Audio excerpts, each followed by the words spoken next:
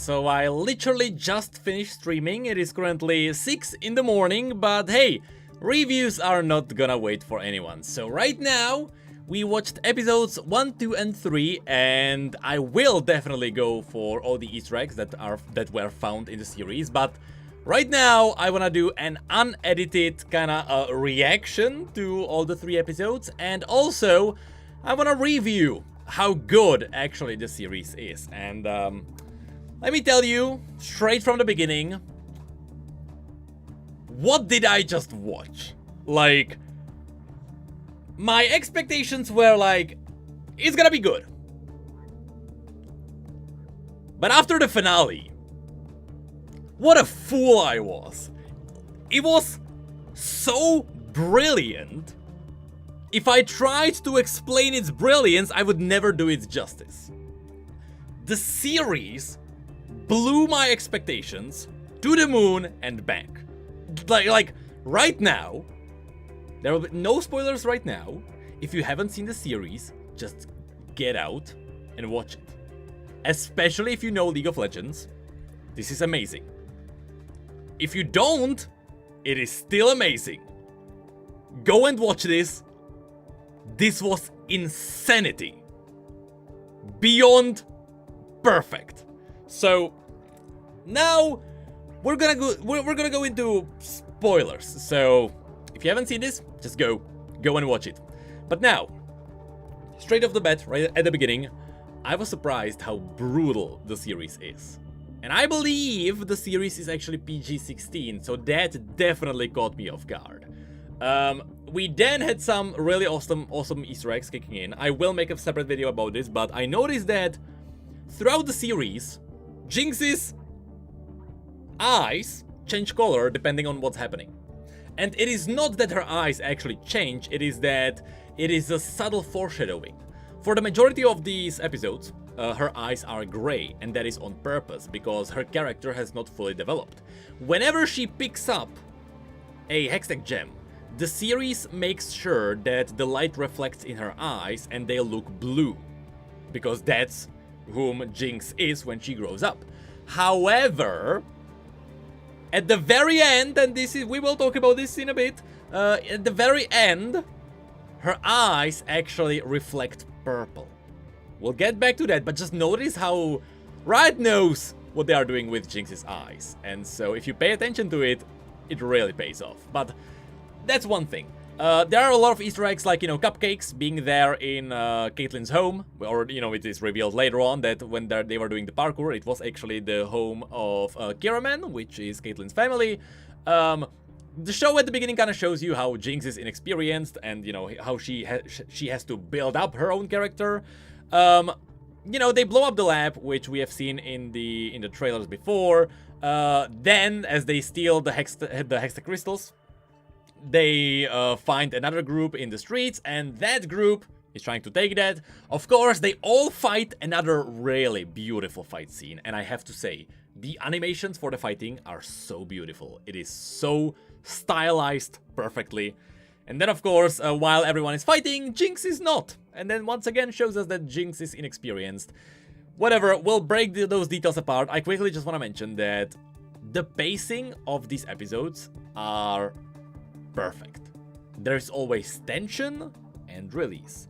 And tension and release. A little bit of political talk, but then there's tension and release. It's just so well written. When it comes to the characters, every character is great. There is not a single annoying character. They are all written perfectly. Every single side character is written in such a way that it is interesting. And this is the best part about the series. There is not a single boring part. Whenever you are watching this, it doesn't matter what's happening, it is always interesting. And that's not just me being interested in the lore. There is never a moment where they just throw exposition at you and like, learn about that and learn about that. They never do that. The series just goes. There is action and tension and something is constantly happening. There is never a boring moment. The series absolutely nails this. Now, I have to kind of talk about some of the Easter eggs. There were some really cool Easter eggs in the shop, a lot of items. Let's quickly talk about Vander.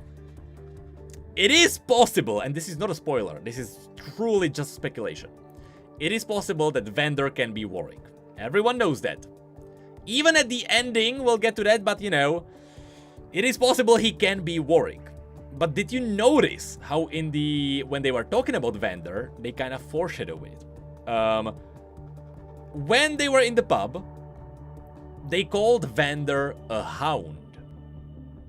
Later, when he was there with Silco called him a lapdog.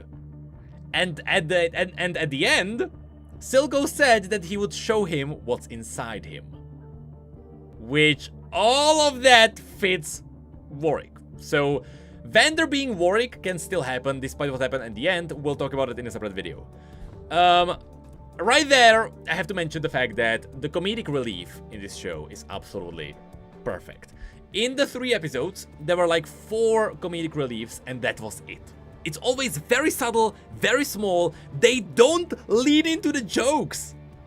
That is very much unlike Riot. They don't lean into the jokes. They just let the story happen. Oh, if there is something funny, it's something funny. You know, just typical comedic relief as it's supposed to be used. So that was absolutely brilliant. Then, of course, there was Echo. We knew that Echo was Echo pretty much since the beginning that he appeared there. So when his name dropped, yeah, you know, it was cool to see, but we knew about him. Then there was the scene with the rat and the cat. Yeah, rip cat. But hey, I wouldn't be surprised if that was Twitch. That rat can be Twitch. There's nothing, rather, not that there is nothing that would prove otherwise, but Riot would be foolish to not turn that rat into Twitch. That would be brilliant. And lastly, there was the brilliant foreshadowing with the chair where he was like, oh, or Silco was like, oh, we need someone for an experiment. I think someone volunteered. And there was the empty chair, you know, with the guy who didn't really do a great job for him. And also, you know, that kind of transitioned into the fact that yes, the purple stuff is addictive. When Silco gave it to the guy the second time, you could see how he really wanted more of the purple stuff. So that's how addiction starts. Then that's in the later episode. In the second episode, we got the mage. And the mage really confused me, because I don't think it's Ryze. Ryze didn't use a staff. It could be Master Tyrus, but by now, Master Tyrus, or when Jace was young, Master Tyrus would be dead. They referenced, or Heimerdinger referenced the Rune Wars. So, I have just no idea who it could be. They definitely use some kind of a Targonian magic, but they use teleportation, which is more from the Blessed Isles, so that mage could absolutely be anyone. I am not really sure what's happening with them. I believe the mage is actually just Riot opening their window so that in the future, when they need a new champion or something, they can just use the mage. But the magic felt more Targonian, especially with the runes and kind of the celestial stars around the chase later on. Then, Heimerdinger revealed that he's not using Glamour. Which still makes sense, because Heimerdinger was using Glamour at the very end of Jinx's story, where she was with Ziggs. So it is possible that right now, Heimerdinger is not using Glamour, because he doesn't need to. But later on, something's gonna happen. For example, because of Jace's experiments, people are going to fear magic. And that's why they will be afraid of Yordles. So it is possible that later on, Heimerdinger will have to go into hiding, so he will use Glamour, but right now he doesn't have to use that. And the reason why we know that he's not using Glamour is because he told Jace that he is 300 years old. Which means that he confirmed that he is a Yordle. Then there were some really cool foreshadowings with Jinx using her guns and, you know, how good she was with them. Then there were some really cool points in the trial where Jace was kind of trying to justify what he was doing. There was the Darth Vader guy, which, by the way, that is the best member of the council. He said that his race was once destroyed by magic, and that's why he didn't want Jace to do anything with it. And I believe that guy is actually the same race as we can find in the Ionian cards. I believe that's who they were. Anyway, this is a really cool setup for a future race, which we have never seen before. Brilliant. Then there is the childish counselor. I believe that is Jago Medarda when he's younger. Maybe, maybe not. Then we have, there are some references to more Ionians in the background, yada yada. We'll talk about it in a separate video. Some really cool interactions with Caitlyn and Jace. Caitlyn, such a good character as well. Everyone is so well written, it is insane. And then there was Jace's, you know, controversial word scene. Perfect. With Victor interrupting him. Perfect. And then at the very end, you know, at the end of the second episode, it seemed like the Wardens would take Vi. To me, it was absolutely obvious. I called it on stream immediately. It was obvious. They were not gonna take Vi. I thought they would take Jinx. But here's the thing. I thought they would take Jinx because Jinx is supposed to be taken by Silco and being experimented on, right? And since Silco made a deal with the Wardens, I thought that the Wardens would take Jinx and then they would give Jinx to Silco. The outcome is very much different because Vander kind of sacrificed himself. Instead, the scene where he was beaten was so incredible. Echo crying, so beautifully shot. And the point is, don't trust the trailers. In fact, this series is better if you watch the trailers, because all the trailers are a misdirection. I will talk about this in a separate video as well, but everything that happens in the trailers is a misdirection. A character says something, it cuts into a scene, but in the actual series, the scene is totally different, context is totally different. You know, like, what was it? Like, don't anger the guy who, or don't play with the toy with the guy who pours the drinks. Yeah, that scene kicked off really differently in the actual series. So yeah, episode 2 was a banger. Episode 1 was better in my opinion. Episode 3, my god. Like, yeah, the setup at the beginning was awesome. There were some teasers that, you know, once again, teasers about Warwick. Echo crying after Vander being beaten, stuff like that.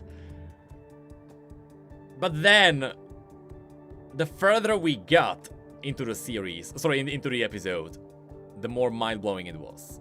And at the very end, there were so many plot twists, one after another. And that blew me away. And I truly mean it. So there was the explosion where Jinx triggered, you know, the Hex Crystals. It killed all of her friends. The explosion, that's twist number 1. Her invention finally worked. It triggered the explosion, everyone died. In that scene, notice how Jinx is happy that her invention worked while everyone else is dying. That scene is so well made. It's insanity. Then, I don't know if you noticed this. Singed was created. In the like before, in episodes 1 and 2, I thought that the guy with Silco was actually singed. Yeah! At the end of the third episode, the fire actually goes to his face, and it specifically shows that it's burning his face. That's Singed. Right there. The other professor. Right after that, we get another twist where Vander fights with Silco, and there is a reveal of their backstory. We learn Silco betrays him, stabs him in the back. Vander sacrifices himself, pulls up the purple stuff. That's 6 plot twists in a row. He uses the purple stuff in his sacrifice, alright? Then, hold on, I actually have it written down. Then Jinx, after everything clears out and Vander kind of beats everyone, and then, you know, falls down and dies. You can consider that a plot twist where Vander actually, like, kind of dies, but let's not. The actual plot twist is Jinx enters the scene and she realizes that she killed everyone. So, after that, Silco enters in, and he goes after Jinx. So Vi has to defend him, right? That's plot twist number 8.